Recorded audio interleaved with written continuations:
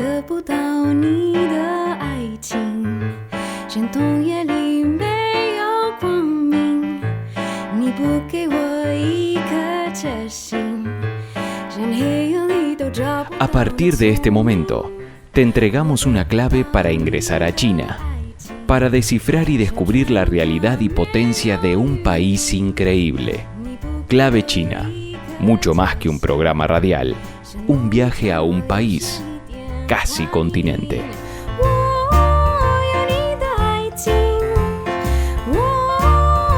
Hola, queridos amigos y amigas de Clave China. ¡Ay, qué 1 de mayo tenemos los trabajadores del mundo!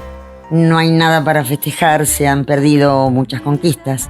Solo un dato, y disculpen que en este día, que suele ser de descanso y de memoria por quienes murieron y mueren, lucharon y luchan por nuestros derechos, yo deba compartir este triste dato. Según cifras de la Organización Internacional de Trabajo, este año habrá algo más de 207 millones de personas desocupadas. Recuerden que en el 2019 había ya 186 millones de personas desocupadas. El efecto general en el empleo es significativamente mayor al que representa estas cifras que acabo de dar, pues muchas personas han abandonado la fuerza de trabajo, producto de guerras, de conflictos, de fenómenos climáticos, de desplazamientos migratorios riesgosos y, claro, la pandemia, la crisis económica global y el efecto sobre millones de familias. ¿Qué mundo, no, estamos construyendo o están construyendo? ¿Para quiénes? Parece que el sistema mundial no necesita ya más de los seres humanos y esta crisis reserva para nuestra región latinoamericana y caribeña la peor parte. La dependencia económica, además, vía deuda externa de nuestros países, tema muy abordado por Clave China, disciplina bajo los lineamientos de los Estados Unidos a muchísimos países de nuestro continente. De ahí que la política exterior sea tan errática y obviamente condicionada. Los organismos regionales han perdido fuerza. La CELAC se propone reemplazar a la arcaica y conservadora OEA. En tanto, las derechas, en todas sus versiones, parecen encontrar mayor consenso en sociedades donde el desencanto de gobiernos que se autodenominan democráticos o progresistas no dan en el clavo. Y justamente el fascismo ya ha dejado de ser un dato que nos arroja la historia pasada para instalarse como un fenómeno del presente. Fíjense, las elecciones francesas mostraron que había que elegir entre la derecha y la ultraderecha. Ganó Macron, el actual presidente de Francia, contra Marine Le Pen. En el frente de guerra ucraniano, por ejemplo, se trata de fuerzas nazis que ocupan las primeras filas para enfrentar la operación especial de Rusia en Ucrania. Incluso se los acusa de ser los artífices de un frustrado atentado para asesinar a periodistas de los medios estatales rusos. Y justamente, fíjense que fue Caracas, Venezuela, sede de un encuentro internacional de lucha contra el fascismo, del que hablaremos en este programa. Antes te pedimos, te rogamos, Silvana, que nos brindes un remanso de música. Escuchamos con placer tu propuesta de hoy.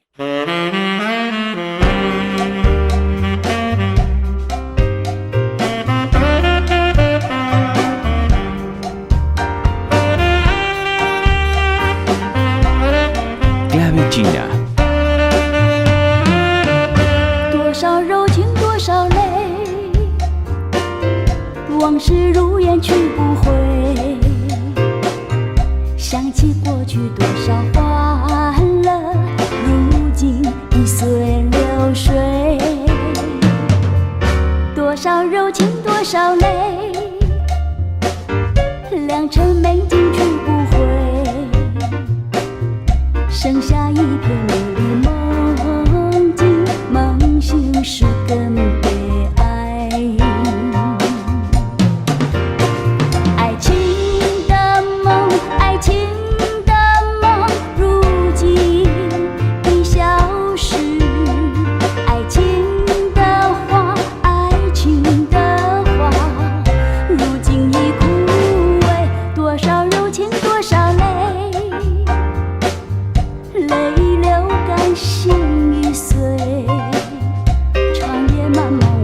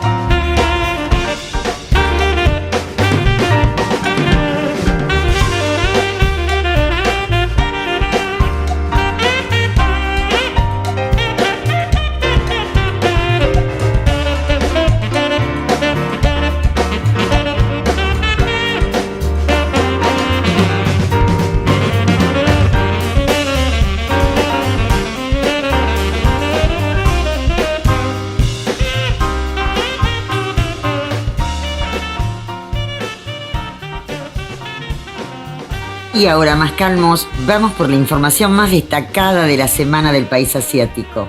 En la voz de Enrique Gón, del Grupo de Medios de China. Y así presentamos China en clave de noticias, como todos los domingos. China en clave de noticias. Los principales títulos de la semana. Hola amigos de Clave China, soy Enrique Gón. Bienvenidos a China en clave de noticias. El presidente chino Xi Jinping pidió este lunes abrir un nuevo camino para construir universidades de clase mundial con peculiaridades chinas durante una visita a la Universidad Renmin de China en Beijing. Xi enfatizó en la necesidad de seguir el liderazgo del partido y transmitir las tradiciones revolucionarias en el funcionamiento de las universidades. El viceministro de Relaciones Exteriores de China, Xie Feng, pronunció este jueves su discurso por videoconferencia en la ceremonia de apertura del Centro para la Cooperación sobre el Cambio Climático entre China y los países insulares del Pacífico. En respuesta a los recientes rumores y difamaciones recibidas desde algunos países con el objetivo de desestabilizar el acuerdo bilateral sobre la cooperación y seguridad entre China y la isla Salomón, el vicecanciller chino expresó su posición solemne a los dignatarios de los países insulares del Pacífico, enviados diplomáticos en China y medios chinos extranjeros que estuvieron presentes en la ceremonia de manera presencial y virtual. China ha condenado el atentado suicida en el que fallecieron 3 profesores chinos y un ciudadano pakistaní. Beijing insta a la parte pakistaní a investigar minuciosamente este suceso. El terrorismo es un enemigo común de toda la humanidad. La sangre de ciudadanos chinos no se derramará en vano. China apoya firmemente la lucha antiterrorista de Pakistán. No escatimaremos esfuerzos en investigar y llevar a los responsables ante la justicia para que paguen un alto precio. Recordamos de nuevo a los ciudadanos chinos que están en Pakistán que presten mucha atención a la situación de la seguridad local, que estén alertas frente al riesgo de seguridad, dijo Wang Wenbin, el portavoz del Ministerio de Relaciones Exteriores de China. Este martes, China celebró un seminario virtual con 22 países francófonos de África con el tema Exploración y práctica de la democracia en los órganos legislativos de China y África. Ding Zhongli, vicepresidente del Comité Permanente de la Asamblea Popular Nacional de China, asistió y pronunció un discurso en la ceremonia de apertura del seminario de 2 días. Ding indicó que el espíritu de amistad y cooperación entre China y África ha forjado una inquebrantable hermandad y ha construido una asociación de coordinación total entre ambas partes. El 26 de abril se anunciaron los ganadores de los premios del Festival de Cine y Televisión de Nueva York en la gala virtual Storytellers. Entre los galardonados se encuentra el video musical especial para el Año Nuevo de CGTN, un brindis musical para 2022, que consiguió la medalla de oro en la categoría de especial de actuación artística. CGTN también consiguió 2 platas y 3 bronces en otras categorías. La última expedición de China a la Antártida ha terminado oficialmente tras el regreso a Shanghái del segundo rompehielo de investigación. El Xuelong o el dragón de nieve llegó a casa el 26 de abril, 6 días después de su buque hermano, el Xuelong 2. La aventura científica de 174 días de duración en la región del Polo Sur implicó una serie de tareas que incluían la reposición de materiales y la rotación de personal en la estación china de Zhongshan y la estación de la Gran Muralla. También realizaron observaciones marinas e investigaciones del ecosistema oceánico. Se trata de la 38ª expedición de China a la Antártida e involucró a un equipo de 255 miembros. China ha aprobado 2 ensayos clínicos de una vacuna específica contra la variante Omicron del coronavirus. En un comunicado, el fabricante de vacunas Sinopharm anunció que la inoculación podría utilizarse como tercer o cuarto refuerzo para mayores de 18 años. Además, destacó que los estudios preclínicos y los ensayos con animales han demostrado que la vacuna candidata puede inducir altos niveles de anticuerpos neutralizantes contra la variante Omicron y otras mutaciones. Así son las noticias más importantes e interesantes de China durante la semana. Soy Enrique Con. Hasta la próxima en China en clave de noticias.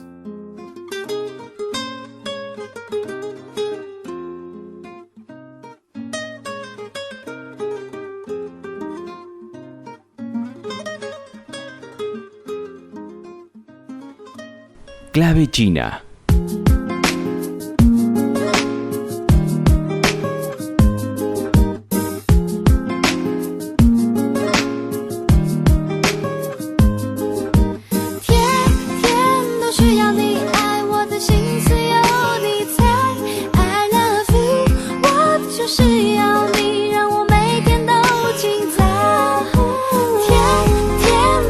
嘴边到底什么是真爱 I love you 到底有几分说的比想象更快是我们感情丰富太慷慨还是有上天安排是我们本来就是那一派还是舍不得太乖是那一次约定了没有来让我哭得像小孩是我们急着证明我存在还是不爱会发呆 Baby 不得不爱否则快乐从何而来不得不爱否则悲伤从何而来不得不爱否则我就失去未来好像身不由己不能自己很失败可是每天都过得精彩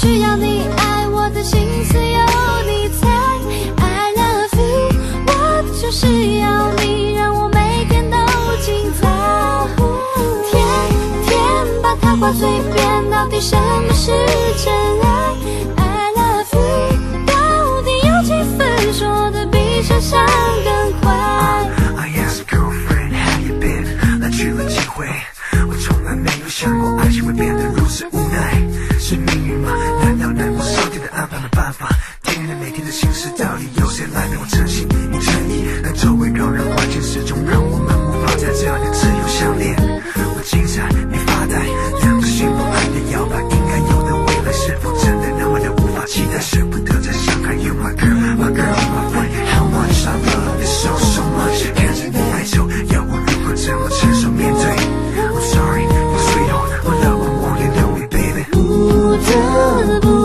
爱否则快乐从何而来不得不爱否则悲伤从何而来不得不爱否则我就失去未来好像身不由己不能自己很失败可是每天都过得精彩天天都需要你爱我的心思有你猜 I love you 我就是要你让我每天都精彩天天把它挂嘴边到底什么是真爱 I love you 到底有几分说的比想象更快会不会有一点无奈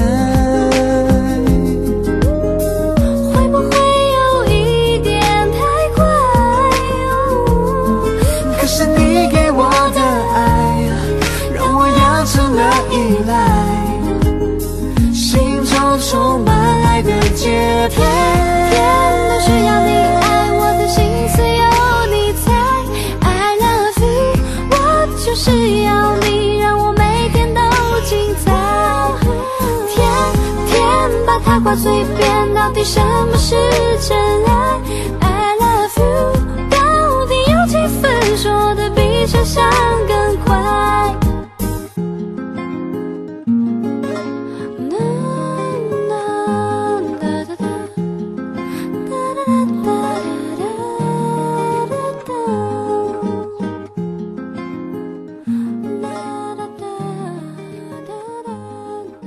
En la apertura, recuerdan, yo me refería al avance de las derechas en el mundo y ahora agrego la cantidad de acciones fascistas que se impulsan desde los principales centros de poder en este mundo para atacar a países o a sectores que no son afines a sus objetivos económicos, políticos o ideológicos.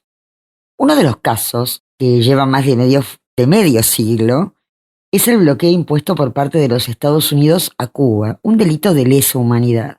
Y también a Venezuela, donde por estos días se recordó el intento de golpe de Estado de 2002, frustrado intento contra Hugo Chávez de golpe de Estado. Y en ese marco se dio el encuentro de lucha contra el fascismo.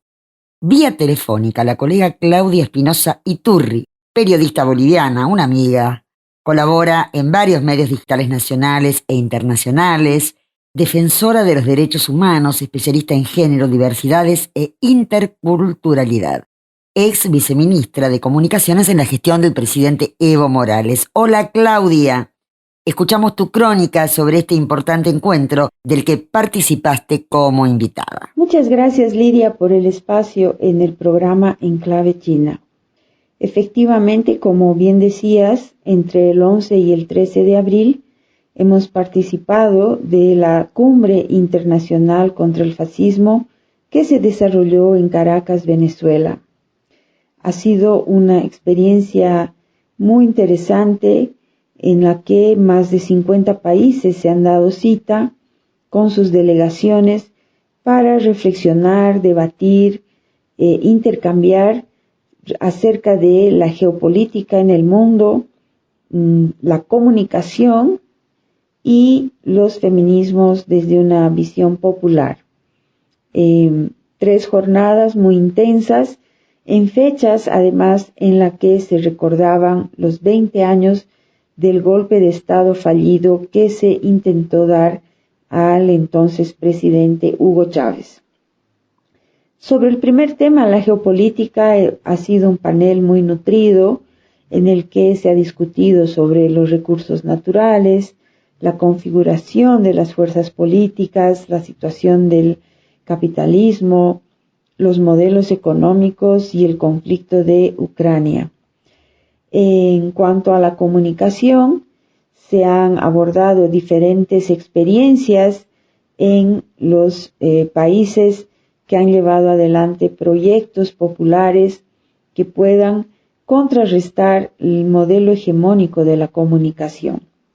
Ahí supimos que una gran noticia, que ya está funcionando la Universidad de las Comunicaciones en Venezuela y prontamente se harán convenios para que demás países puedan participar con sus propios capítulos y eso permitirá ampliar las investigaciones en la comunicación hegemónica y la comunicación popular sobre los intereses que existen en los medios de comunicación, el modelo digital de la comunicación, la transmedia, en fin, todos los ámbitos que hacen hoy este espacio comunicacional tan determinante en el desarrollo de los pueblos.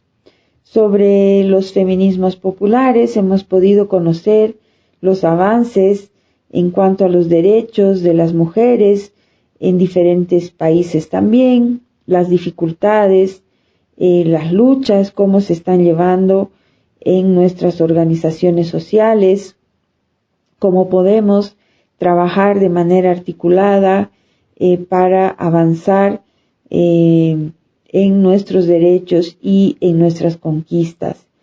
Finalmente, se ha hablado también de los desafíos que tenemos hacia adelante y en esto también se consideró la posibilidad de contar con plataformas digitales propias y que nos permitan tener otro tipo de comunicación entre los pueblos. Eso puedo informar, querida Lidia, desde esta mi participación representando al Estado Plurinacional de Bolivia. Un abrazo y hasta un próximo contacto. Y ahora sí, el análisis de Randall Peña, viceministro de América Latina y miembro de la Dirección Nacional del Partido Socialista Unido de Venezuela. En charla telefónica con Clave China, Rander nos brinda su mirada del significado de este encuentro internacional contra el fascismo. Hola, ¿cómo te va, Rander? Bueno, primero quiero enviar un saludo a Clave China, a quienes nos escuchan a través de esta importante red de difusión de la verdad.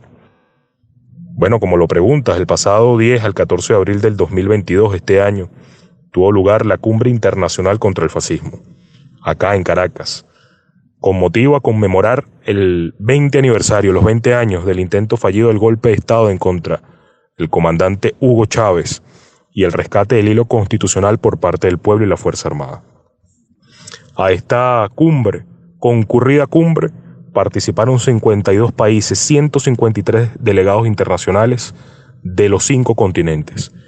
Vinieron, compartieron de manera solidaria, fraterna, esta fecha histórica para Venezuela, cuando la democracia venezolana fue asaltada por elementos violentos y antidemocráticos que llegaron a emplear métodos del fascismo para derrocar al gobierno bolivariano y perseguir al pueblo que lo apoyamos.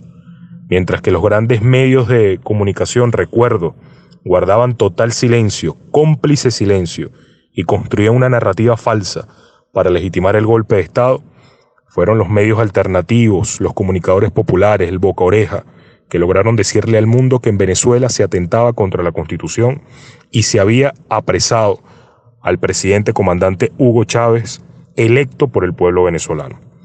Finalmente fue el pueblo y la Fuerza Armada, en unión cívico-militar, que salieron a la calle a retomar el hilo constitucional, y desde entonces ha sido el pueblo bolivariano venezolano ejemplo de lucha, resiliencia, resistencia ante todas las agresiones y los desafíos que ha enfrentado la revolución bolivariana. Estos hechos que tuvieron lugar aquel 11 de abril, 12 y 13 de abril del 2002, hoy cobran una gran vigencia en momentos donde vemos el peligroso resurgimiento de lógicas y métodos del fascismo, la necesidad de trascender la comunicación tradicional, de adaptarnos a nuevas tecnologías y la necesidad por visibilizar y fortalecer nuestros ejemplos de resistencia popular. Por ello, el llamado que siempre hace el presidente Nicolás Maduro Moros, que hace la revolución bolivariana, ha sido el compartir visiones, experiencias, propuestas, participar en la conmemoración de este hecho histórico para nosotros, los venezolanos, con pueblos amigos, es expresión de la verdadera solidaridad que nos mueve. Pues el fascismo se nos presenta con diversas caras. Aquí tuvimos la oportunidad de debatirlo ampliamente en esta cumbre. También nos paseamos por la comunicación popular y alternativa frente al cambio de época, la resistencia desde el poder popular, donde culminamos con una hermosa, extraordinaria, masiva, multitudinaria marcha junto al pueblo en perfecta unión cívico-militar. Recuerdo la expresión del canciller Félix Plasencia, cuando decía que nosotros estamos en una batalla permanente no solo por la dignidad del pueblo bolivariano, sino por la liberación de todos los pueblos. Y es así. Nosotros, nuestro país, nunca ha tenido otra expresión que la diplomacia de paz. Somos un pueblo bolivariano, un pueblo soberano, libertador. Bolívar cruzó fronteras para traer la libertad y expulsar las fuerzas extranjeras que pretendían imponernos su forma, sus modos, su visión. Atentaba contra nuestros sentimientos e intereses como ciudadanos, ciudadanas.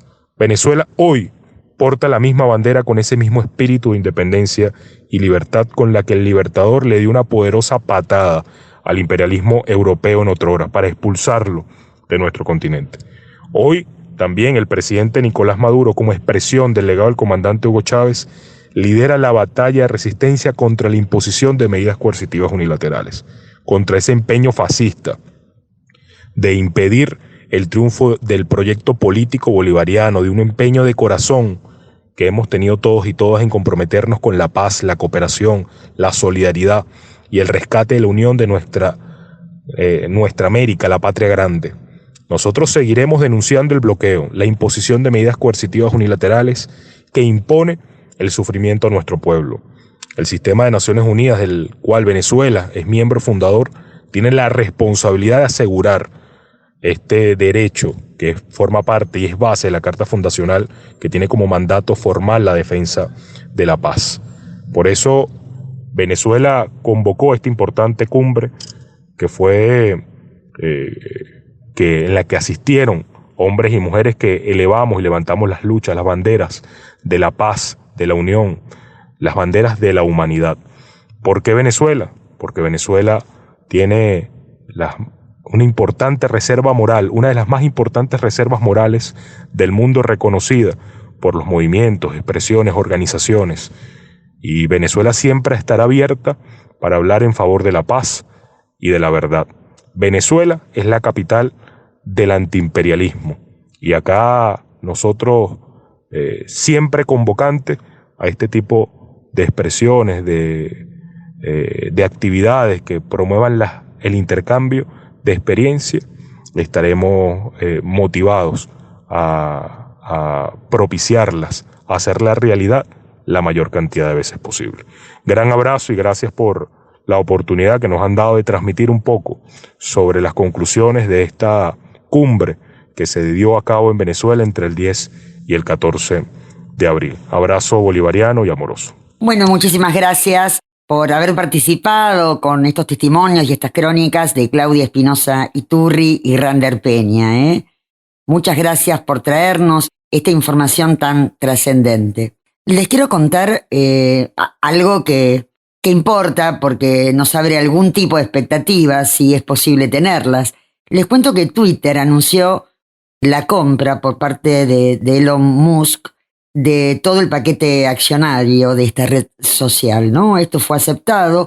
Después recuerdan de lo que significó los cartelones de advertencia de presunta información sesgada o parcial de aquellas fuentes informativas que estaban vinculadas a países como Rusia, China, Venezuela y Cuba, ¿no? Esto viene de largo, Venezuela y Cuba, pero con Rusia y con China esto sumó al malestar que ya se venía observando en los usuarios de las redes, bueno, una mayor incomodidad respecto a ciertos paradigmas de los que parte la red para advertir sobre información que podría ser parcial o que pondría en duda, digamos, sus narrativas periodísticas. Así que auguramos un cambio en ese sentido. Ahora les cuento, el operador hace señas en forma desesperada y nos pide que nos vayamos a la pauta publicitaria, y eso es lo que vamos a hacer. Luego nos reencontramos.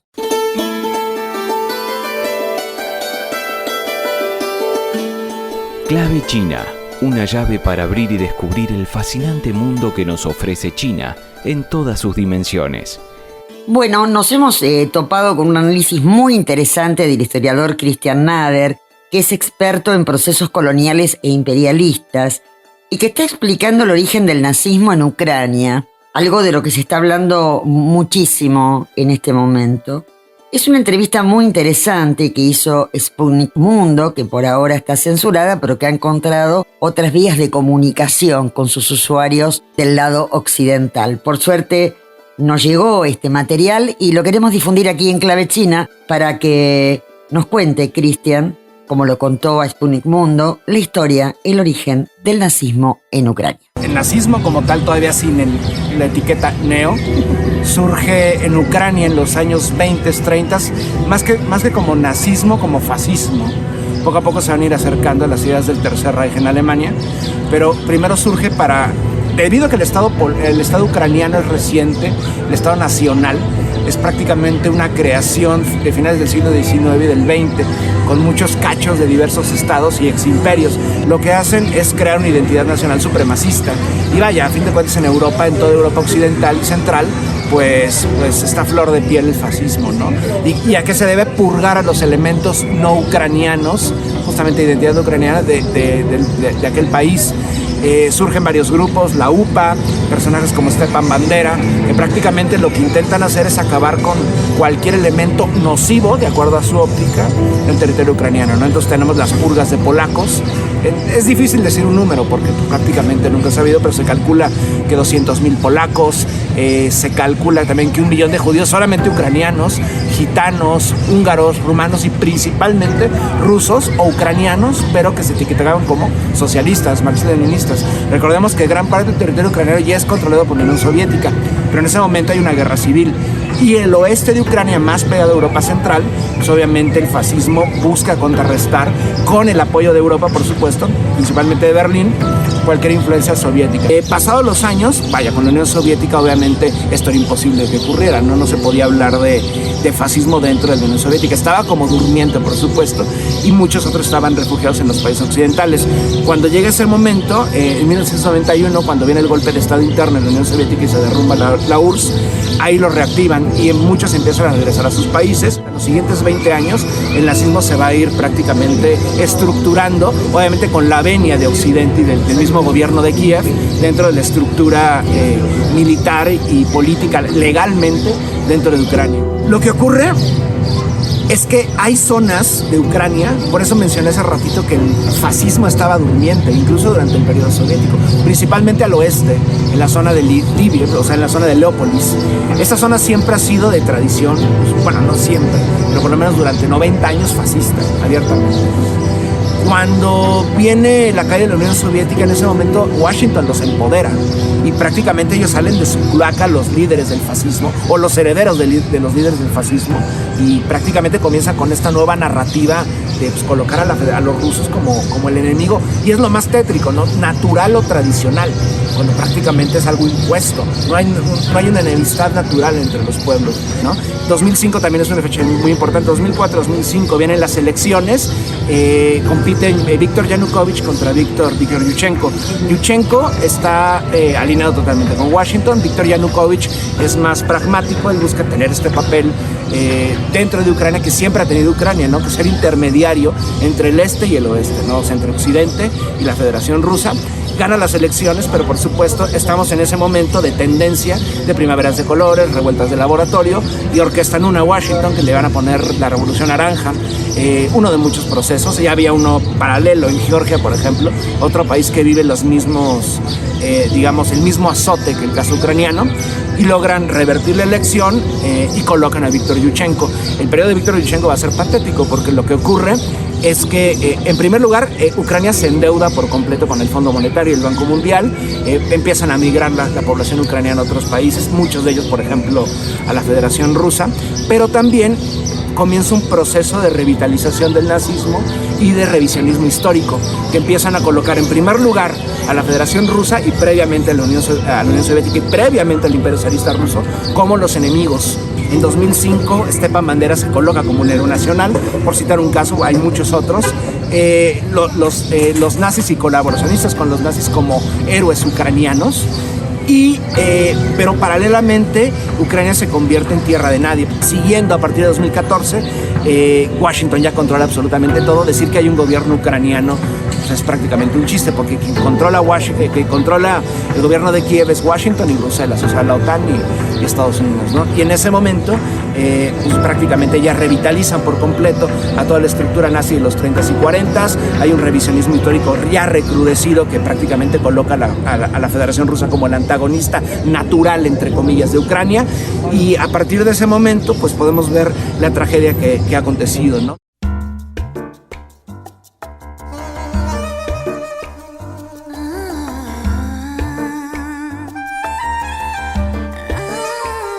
Clave China. 男人们送的花，簇拥着像海浪，摆倒在我脚跟旁。谁没喝也醉得慌，眼睛都不肯眨，看我的红唇遐想。有人拿地位拿财富拉我在他的怀里唱。 心思掏浪漫般跪着求我一句话，带笑的美丽的眼光，最热闹最虚幻的玩笑，我会帮人们暂时从现实里逃亡。带泪的美丽的眼光，听离去的脚步空回荡，我挚爱的你到哪天能留下抱我从苦海靠岸。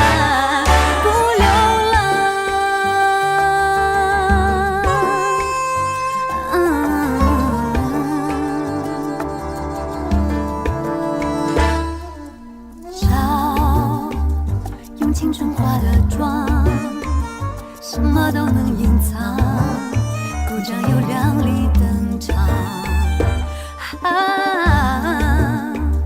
在泪想，翻越谁的幻想，去活得像梦一样。有人拿地位拿财富拉我在他的怀里唱，有人掏心思掏浪漫般跪着求我一句话。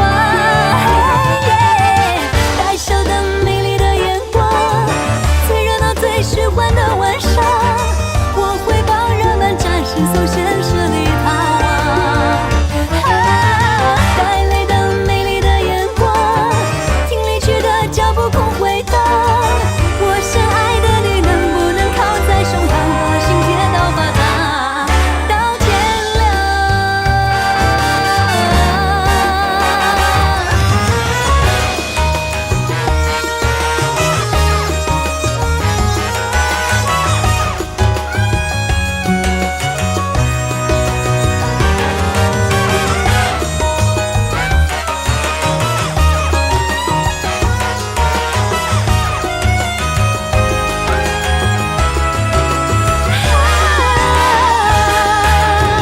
带笑的美丽的眼光，最热闹最虚幻的晚上，我会帮人们展示走现实里逃亡。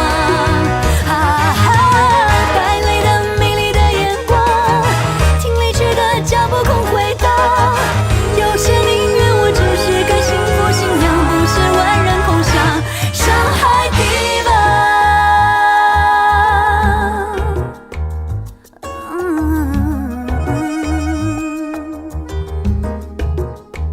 花样的脸上，荒凉的心房。 Caras chinas, historias de la gente común y corriente de Radio Internacional China de habla hispana. Hoy el personaje es el abad Su Chan, quien debió, ante un sismo que dejó lamentablemente 70.000 víctimas fatales en el suroeste de China, tomar una decisión que rompió con las reglas severas y estrictas del budismo en su monasterio. Escuchemos esta historia.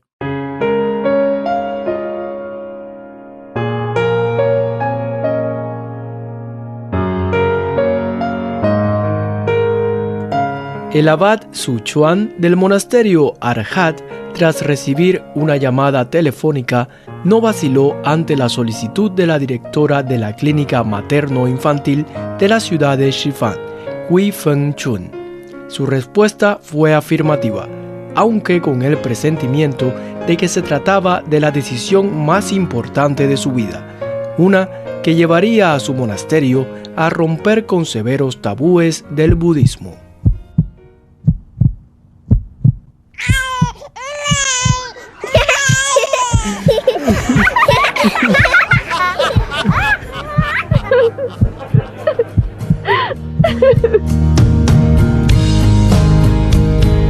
Caras chinas, historias de la gente común y corriente.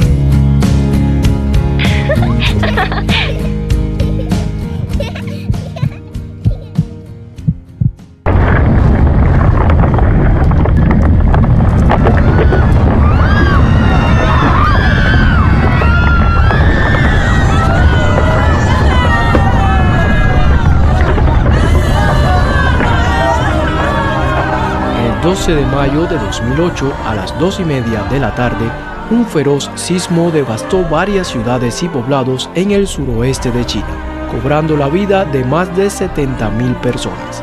El edificio de la clínica materno-infantil de Shifan sufrió graves daños y amenazaba con derrumbarse. Durante la evacuación de los pacientes, la directora Cui no sabía cómo reubicar a unas 30 embarazadas que estaban a punto de dar a luz. Entonces le vino a la mente el recinto del cercano monasterio Arhat. Sin embargo,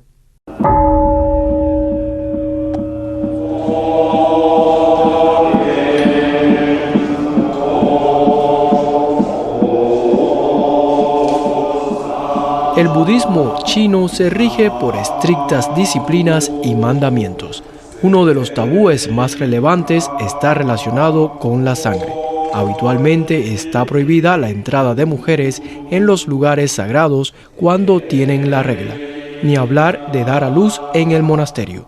Por su parte, los conventos tampoco albergan en situaciones normales a personas del sexo opuesto de los monjes. Pero en una situación tan desesperada, la directora de la clínica llamó al abad Suchuan para que permitiera albergar a las embarazadas.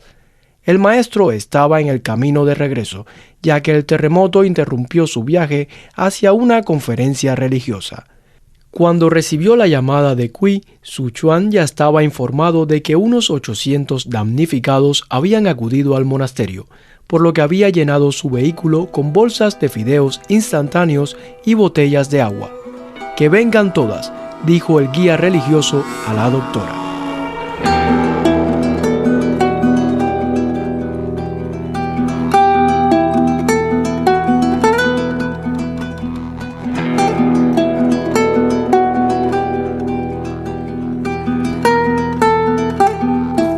Recorriendo las calles en ruinas, el abad volvió a su cenobio.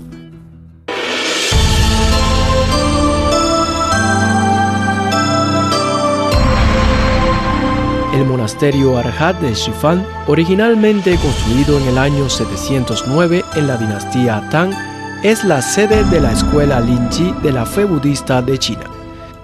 Suchuan vio que las edificaciones de la sede religiosa, reconstruidas en el siglo XVIII, solo habían sufrido leves daños y todos los monjes salieron ilesos.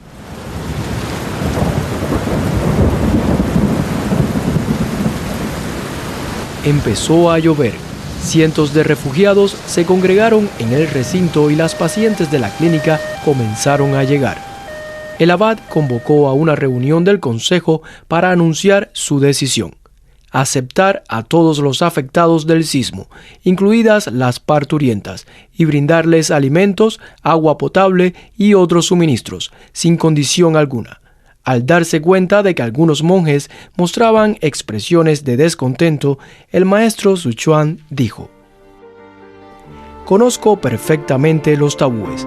A mi entendimiento de la doctrina budista, mantenerse indiferente ante la vida y la muerte es el mayor tabú, y los demás debemos respetarlos según la situación». De esta manera, el monasterio Arhat se convirtió en un hospital de maternidad provisional. Curiosamente, el 12 de mayo es tanto el Día Internacional de la Enfermera como el cumpleaños de Buda.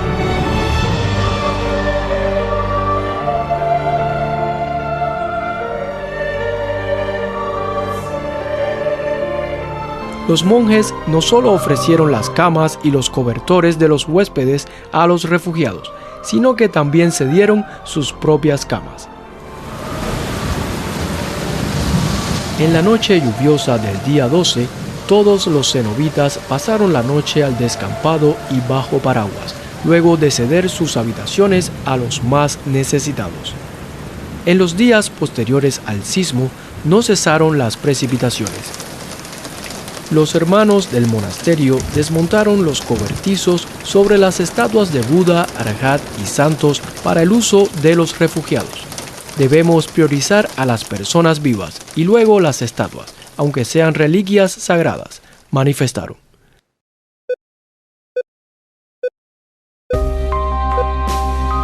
La sala de maternidad se instaló en un comedor. 3 mesas cuadradas formaban una cama de parto. Sin electricidad, varias linternas eléctricas alumbraban la habitación. Los médicos y enfermeras de la clínica trabajaban codo a codo con los religiosos. El primer bebé nació a las 7:30 de la mañana del día 13, luego de una cesárea. El maestro Suchuan le bautizó como Chen Wen, que significa nube con motivos hermosos en el terremoto. En los siguientes días, nuevas vidas nacieron una tras otra en el monasterio hospital. El número de los damnificados que se refugiaron en el convento superó los 1.400. Las parturientas fueron enviadas allí continuamente. Al mismo tiempo, materiales de primeros auxilios llegaron desde diversos lugares del país. se levantaron tiendas en el patio y las Fuerzas Armadas establecieron un hospital de campaña con equipos avanzados. Las condiciones básicas y la salud de los refugiados ya estaban garantizadas. El fogón del monasterio permanecía encendido día y noche para alimentar a los más de 1000 refugiados. Los 38 cenobitas hacían compras, transportaban materiales y preparaban comida sin cesar para sus huéspedes especiales. También permitían a los refugiados cocinar por sí mismos y hasta sacrificar gallinas y hacer platos de carne para que las nuevas madres se nutrieran bien. Como consecuencia, el monasterio Arhat rompió otros tabúes importantes del budismo chino: la matanza de seres vivos y el consumo de carne. Varios refugiados testimoniaron que algunos monjes estrictos vegetarianos durante muchos años, como lo exige su fe, vomitaron al percibir el olor de la carne, pero ninguno se quejaba. Finalmente, fueron los propios acogidos quienes decidieron reservar exclusivamente el privilegio de cocinar la carne para las familias de las parturientas, para respetar así el sitio sagrado. Hasta el 7 de agosto de aquel año, cuando todos los refugiados se retiraron, 108 bebés en total nacieron en el monasterio Arhat, cifra que corresponde con el número de los principales Arhats, santos del budismo chino. Así que a los pequeños nacidos allí se les denominó niños Arhat, cuyos nombres se inscribieron en una estela erigida en el convento. Cada año los niños Arhat y sus familias se reúnen en el monasterio Arhat para celebrar sus cumpleaños y manifestar su agradecimiento a los monjes que les dieron la mano en un momento tan crítico. Los padres confeccionaron en 2009 un Pai Nayi, túnica para monjes budistas, con retazos de telas cortados de la ropa de cada uno de los bebés, como un obsequio muy especial para el abad Suchuan. En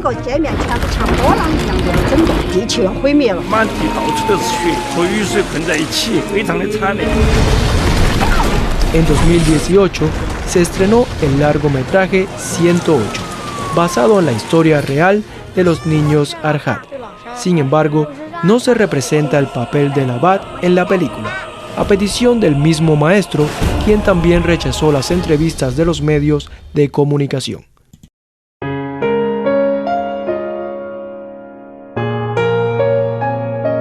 En uno de los escasos documentales que registraron sus palabras en aquel entonces, el abad Suchuan dijo: «Deseamos iluminar a la gente que sufre, aunque nuestra fuerza es limitada. Somos personas insignificantes, pero en momentos difíciles, cuando ofreces una luz tan débil como la de una luciérnaga, puedes iluminar y calentar a los demás y a ti mismo».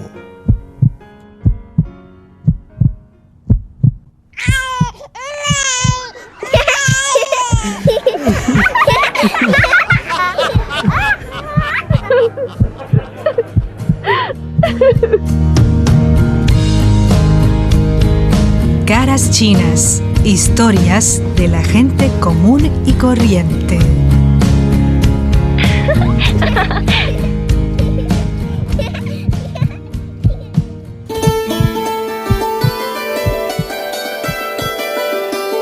Clave China. Bueno, ya llegamos al final del programa. Les deseo que terminen bien el día.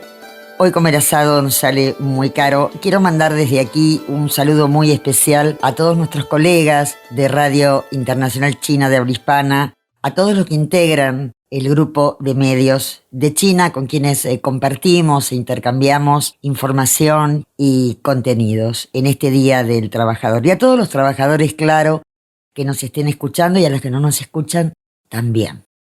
Les deseamos que compartan este día con amigos y con la familia. Este día que quizás uno piense que la situación de los trabajadores puede mejorar, aunque el panorama mundial no nos haga pensar en absoluto en una mejora en la calidad de vida de millones de seres humanos. Igual, salud para todos y hasta el próximo fin de Perdón, y un saludo muy especial a todos los trabajadores de Radio Cooperativa 770 que nos permiten que este programa siempre quede más bonito. Gracias. 给我一个吻，可以不可以？吻在我的脸上，留个爱表情。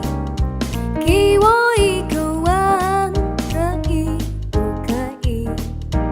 吻在我的心上，让我想念你。昨晚瞪着你的眼睛，你不压抑，我也要是你心中。绝不灰心，昨晚闭着你的嘴唇，你没回应，我也要是你恳求，绝不伤心。